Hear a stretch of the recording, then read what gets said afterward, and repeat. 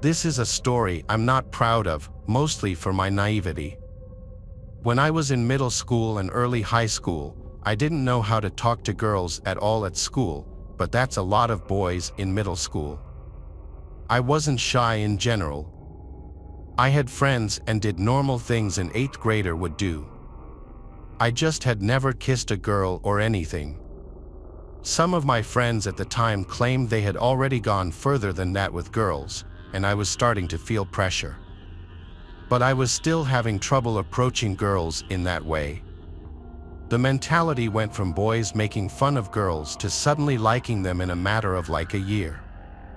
I was a pretty big gamer in middle school and early high school. This was when I was in 8th grade. I was like 13. My voice was still probably a bit prepubescent sounding. It was 2009. I played a lot of console games and computer MMORPG games. My favorite console games at the time were GTA 4 and Call of Duty, and my favorite computer game was this MMORPG called GNU. It was this online game where you would level up by killing monsters, and the more you leveled up, the higher level monsters and hunting grounds you'd be able to tackle. The online community in this game was very active, and there were tons of players. My older brother used to play it a little bit too. I played it more for sure though. I was in a guild and town and everything. I don't remember how it happened, but I befriended this female player who was a higher level than me. Her username was Pokimane. Anytime I'd sign in and she was on, she'd message me and vice versa. We would join parties together, which meant we'd share EXP on whatever monsters we killed, and we just chatted for hours. She knew a lot about me, including my age and my town, and some personal family details she would open up to me too. Eventually, she told me her name was Karina. It was weird feeling such a connection with a girl when really, I knew nothing about her appearance or her voice. It truly was like having a pen pal, but better. It was interesting enough that we both lived in Texas state. She lived about an hour from me. After a few weeks, or maybe even a month, we started talking about maybe meeting one day. To do this, though, we'd have to exchange numbers. At the time, I didn't actually have a cell phone yet. I only had an iPod Touch. However, I was able to download a texting app that allowed me to send messages to people with cell phones. Through this app, I was able to send her a picture of myself. It was definitely this cringy 8th grade boy selfie of me trying to look good looking. She called me cute, and then she sent back a picture of herself. She looked a couple of years older than me, like 15, which was the age she told me she was. Based on the picture, I found her very attractive. This was around the time our messages became more flirtatious and romantic. But we were both minors, so neither of us could just drive an hour away. However, she apparently had a solution for this. She told me her sister had friends that lived around me, and she could probably get a ride to me. This was exciting news for my little 13-year-old self. I wanted to wait for a day and night when my parents wouldn't be home, so I'd have the house to myself. This was about a week later, I believe. My parents were going to the Hamptons for the whole weekend, so it would just be my brother and me home. My brother was 18, so I asked him to please just go out for the night with friends so that I could be alone with Karina. I gave Karina my address and told her to come that Saturday whenever she wanted. She said she'd be coming a little later, like at night. She didn't give me an exact time. At that point, we still had never spoken on the phone. I still hadn't heard her voice. I was so nervous all day that I couldn't even play video games. I was busy cleaning my room, making things look cool, fixing my appearance, and even rehearsing things to say in the initial moments of meeting. Then I got a message from Karina saying she's here. I sprang up and ran to the front door. I looked through the peephole and didn't see anyone. She then said, "You can come out to the front door." I opened the door and stepped onto the front porch. I looked around, and the street was dark and quiet, no cars, no people. I went back inside and shut the door. I messaged her back saying, "I don't see you." She replied, "Oh, I must have the wrong house. Give me a minute." That was a bit weird. I locked the door and sat on the living room couch, nervously waiting and playing games on my iPod. I got a message from her again. She said she's here and to come outside. I replied, "Ring the bell so I know you're at the right house." Then the doorbell rang. My nerves really set in. I walked to the door, looked through the peephole, and didn't see anyone. I said, "Karina." Through the peephole, I saw a hand reach towards the door and knock. I said, "Karina," again as I kept looking through the peephole. Everything felt like it instantly crumbled on top of me as this bald, creepy-looking short guy stepped in front of the peephole and then said through the door, "Hey, it's Pokemon. I want to talk." I ran away from the door with my hands over my mouth, truly speechless. The person I'd been talking to all this time was a creepy grown man. I was disgusted and scared. I went to call my brother's cell phone, he didn't pick up. The doorbell kept ringing. I went to my bedroom and locked myself in. I held the house phone in my grasp, considering calling my parents but too embarrassed to do so. My room was the only other room in the house with the lights on. I have a big window in my room that overlooks the whole side yard of our corner house. I turned off my lamp and slightly kinked the blind just a crack, and I saw that guy on the other side trying to look in. He started to knock on the window and said through the closed window how much of a connection we clearly have and that we could at least be friends. I responded with nothing. I called my brother again, and he picked up this time. I said, "Please come home right now." The Karina person was a grown man the entire time, and he's at my window right now. My brother's always been pretty big, even as a teenager. I'd feel safer with him being here. He said he was coming home with his friends right now. We stayed on the phone so I could tell him if anything happened. I ran to my parents' bedroom upstairs and hid there. The man was blowing up my message app, saying he would like to talk and that there was a reason he had to lie about who he was. When my brother got home, he told me he saw the guy outside. My brother and his 3 friends confronted the creepy short man outside. I went outside then to watch the 4 of them intimidate the man, calling him a sicko. The man's defense was that he was concerned for my well-being, inviting strangers from online over, and that this was supposed to be a learning lesson. I refuted this claim by asking him why he would say that we could be good friends at my window when my brother and his friends started pushing the man. He started quickly walking to his car. My brother kicked the guy's tail light while one of his friends threw a rock at his window. He sped off down the road, never to be seen again. This was humiliating and disturbing, but at the same time, I was really grateful for my brother and his friends coming to my aid. They potentially saved me from a seriously sick creep breaking into the house. It's still painful and uncomfortable realizing all that time I spent opening up to who I thought was a girl my own age on a game was some creepy grown man with a different agenda.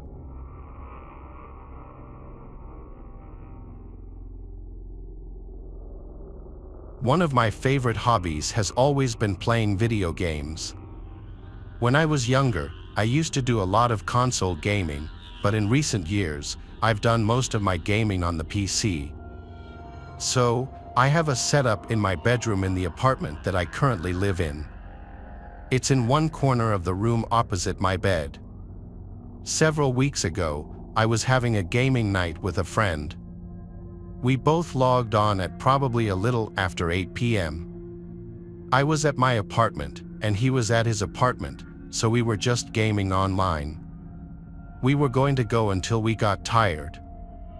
I live alone in my small one-bedroom apartment, which is kind of old and on the first floor of the building. After playing online for several hours, neither of us were tired yet. At this point, I'm guessing it was around 11 p.m. That's when I thought I heard a knocking at my window behind me. I had my headset on, which is mostly noise canceling, so I couldn't hear that well, but I looked back to the window. It's probably like 15 feet from my desk and the chair I was sitting in. When I looked, I thought I saw what appeared to be a man moving away from the window. The window looks out to a small grassy area behind the apartments. Then there's a fence between the next property and a little woods before another apartment complex. In all my time living here, I had never really seen anybody out walking back there or anything, so this was kind of strange and also suspicious. The total time that I saw the guy was less than a second, though he was already moving away when I turned around and looked. I told my friend I would be back in a minute, and then I got up. I then walked over to the window and looked out of it. It was pretty dark in the little space back there, but I could see a little bit. However, I did not notice anyone there. I then left my bedroom and walked out to the kitchen, which also had a window looking out to that same general area. This had a broader view, but I still didn't see anyone. I figured that the guy was gone. This situation was kind of weird, especially with it being late at night. My only good explanation that I could think of was that possibly the man accidentally went to the wrong apartment window. He could have been trying to get somebody else's attention who he knew. I then went back to my gaming chair and sat down. I told my friend about what had happened.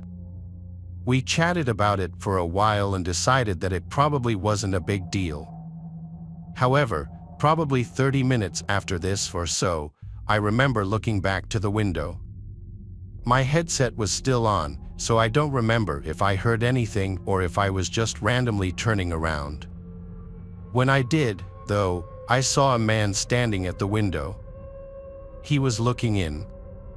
Because of it being dark outside, I did not really see any details of the man's face or what he looked like. Instinctively, I quickly got up from my chair. When I did, the man moved out of sight from the window. I then walked out of my bedroom into my small hallway with just a bathroom and a closet. Then to the right is the living room. It just felt safer to be away from that window.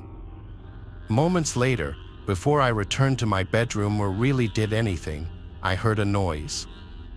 I was standing in the hallway, and there were a few sort of loud banging noises from my bedroom window.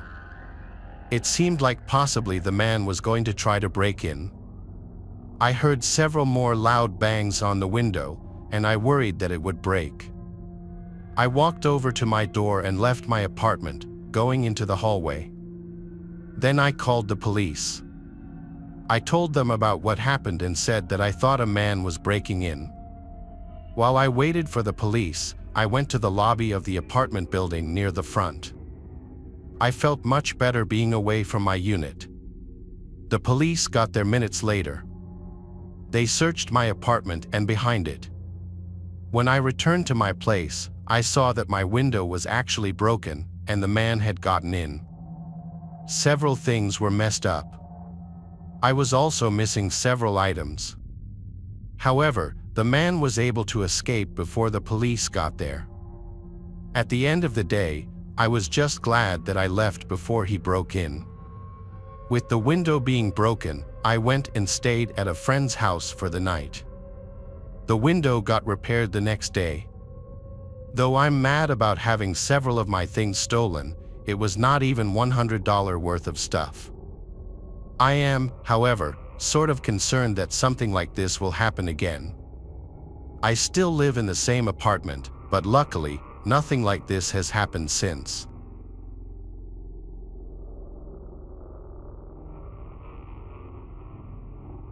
This is something that happened to me when I was much younger.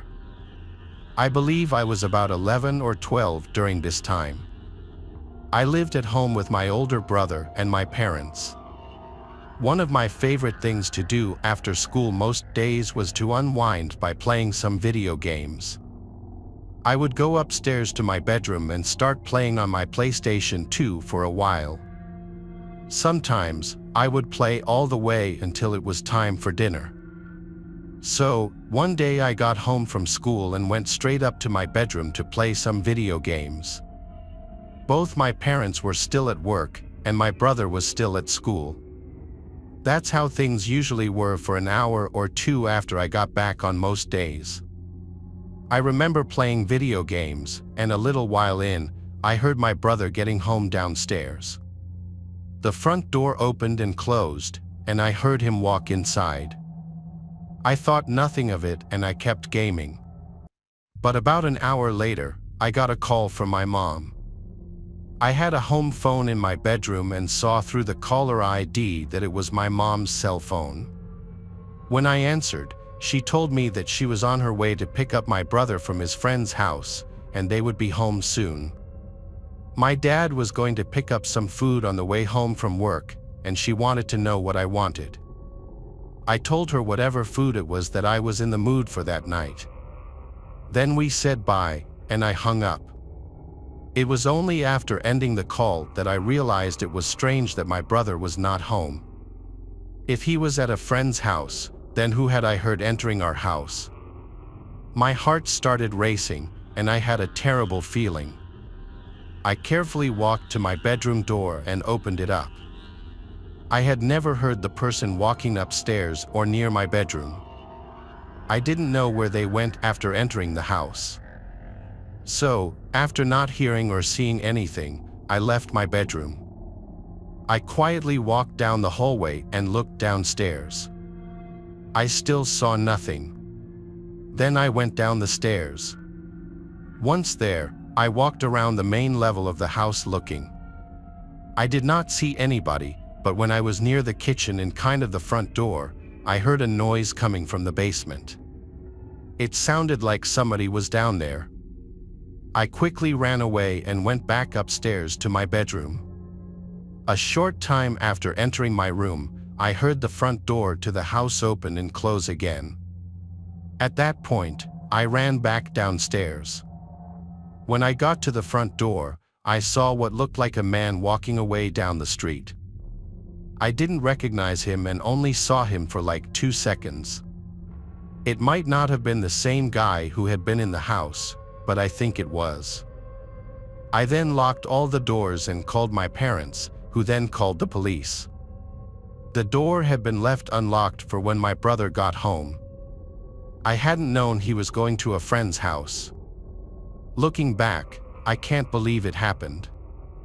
I didn't even know I was home alone with some random guy downstairs. I'm really glad that he didn't go near my bedroom.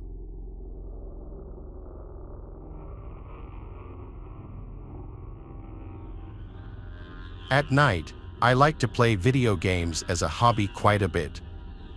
This is my scariest experience while doing so. I remember that I was playing online on some game with random people. I had a headset and would talk to them. Most of you know that in online gaming, people sometimes say some crazy stuff, but on this night, it seemed pretty tame. I remember towards the end, shortly before I would go to bed, I was starting to get tired. I was playing this one game with basically just one other person.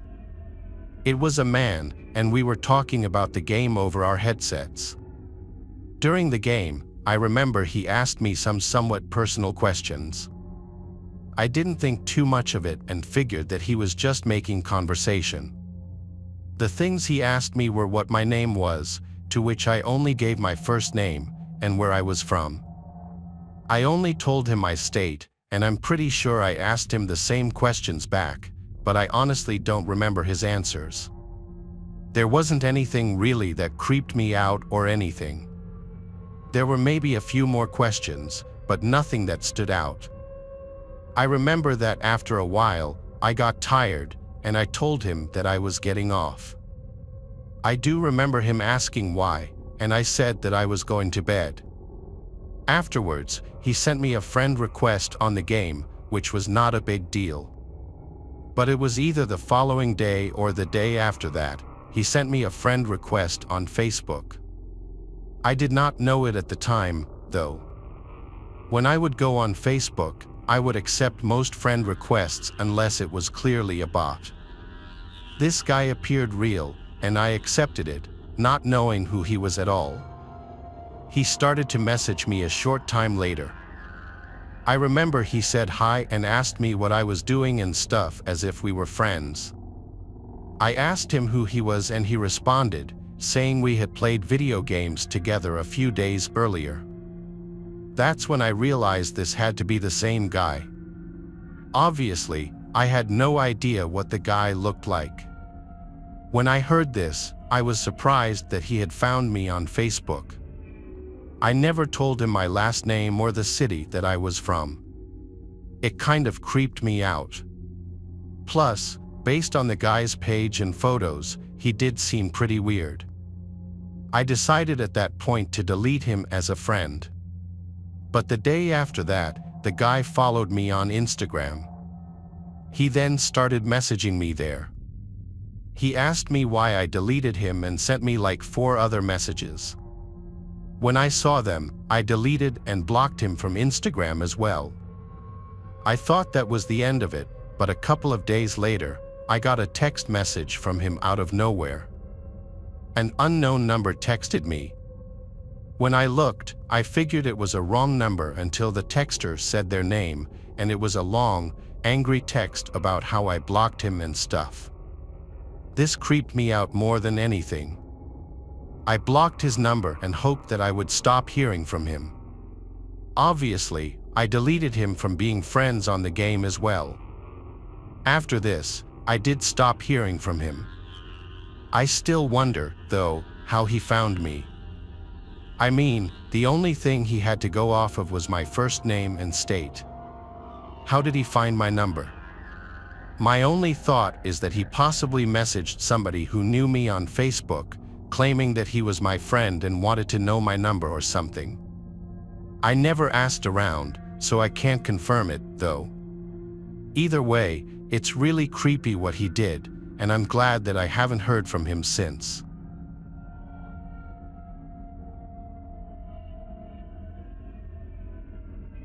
Our next tale takes us back to the neon-lit golden age of arcades, a time when joystick warriors battled it out for high scores and bragging rights. In the bustling heart of the city, nestled between a dingy pizzeria and a flickering neon sign promising adult entertainment, stood the Pixel Palace, a haven for gamers seeking an escape from reality. Among the flashing lights and the cacophony of blips and bleeps stood a machine unlike any other, its faded paint and flickering screen whispering tales of a bygone era. This was Dark Carnival, a game shrouded in mystery and whispered rumors, said to be haunted by the spirit of a former player. The legend went that a young man named Ben, a regular at the Pixel Palace, had become obsessed with Dark Carnival, spending every waking moment at the arcade, his fingers flying across the joystick, his eyes glued to the screen. He poured his allowance into the machine, determined to conquer its fiendishly difficult levels. After weeks of relentless gameplay, Ben finally achieved his goal, his initials flashing proudly at the top of the high-score screen. But his triumph was short-lived. As he celebrated his victory, a surge of electricity of freak accident seared through the machine, striking Ben down where he stood. Some say Ben's spirit, unable to leave the game he loved, became trapped within the machine, his digital ghost forever bound to the arcade cabinet. And so the legend of Dark Carnival grew, whispered among the regulars, a chilling tale of obsession and the insatiable hunger for the high score. Most dismissed it as an urban legend, a spooky story meant to deter players from hogging the machine for too long. But there were those who claimed to have witnessed strange occurrences firsthand: the screen flickering erratically, the game playing on its own, the faint sound of laughter echoing from the speakers, a chilling melody that sent shivers down their spines. One evening, a group of friends, their laughter echoing through the arcade, gathered around the dark carnival machine, their competitive spirits ignited. Among them was Tony, a skeptic by nature who scoffed at the stories surrounding the game. "It's just an old machine," he declared, "nothing more than wires and circuits." His friends, a mix of believers and those who enjoyed a good scare, exchanged nervous glances as Tony deposited a coin into the machine, the screen bursting to life with a burst of static. As Tony navigated the game's opening levels with ease, his skepticism began to waver. The game seemed to anticipate his every move, the enemies reacting with an almost unnatural precision, as if controlled by a sentient force.